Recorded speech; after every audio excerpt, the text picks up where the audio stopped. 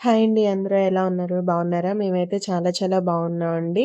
ఇంకా schools start అయిపోతున్నాయి. ఇన్‌స్టాంట్‌గా చేసుకునే రెసిపీస్ కోసమైతే అందరూ ఎదురు చూస్తూ ఉంటారు కదా! అప్పటికప్పుడు ఎవరన్నా వచ్చినా, ఇంట్లో పిండి లేకపోయినా ఈ దోస రెసిపీనైతే ఈజీగా ట్రై చేయొచ్చండి. కరెక్ట్‌గా 15 మినిట్స్‌లో మీకిది అయిపోతుంది. దీనికి కాంబినేషన్‌గా మీరు పల్లీ చట్నీ కావచ్చు, కొబ్బరి చట్నీ కావచ్చు, పప్పుల పొడి కావచ్చు, లేకపోతే తెల్లగడ్డ కారం కావచ్చు, సాస్, కచప్ దేనితో తిన్నా బావుంటుంది. దీనికి కావాల్సిందొచ్చేసి ముందుగా ఉప్మా రవ్వండి. ఒక కప్పు తీసుకున్నాను.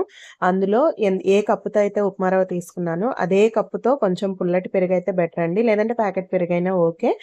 కొంచెం వాటర్ పోసుకొని, దాంట్లో నానబెట్టుకున్న అటుకులు ఒక పెద్ద స్పూన్ వరకేసుకున్నాను. దాంట్లోనే సాల్ట్, కొంచెం చక్కెర, అలానే కొంచెం సోడా ఉప్పు వేసి మిక్సీ పట్టేసుకోవాలండి.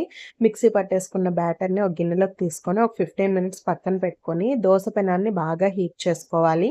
ఈ దోస పోసిన తర్వాత ఈ ప్రాసెస్ మొత్తం మనకి మీడియం ఫ్లేమ్‌లోనే జరగాలండి. హై ఫ్లేమ్‌లో అయితే మనకి దోస విరిగిపోయే ఛాన్స్ ఉంటుంది కాబట్టి, మీడియం ఫ్లేమ్‌లోనే ఈ దోసనైతే కాల్చుకోండి. బటర్ వేసుకొని కాల్చుకోండి. ఇంకా చాలా చాలా బావుంటుంది.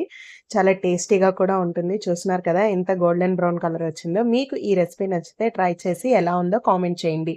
Thank you. Thanks for watching. Please subscribe.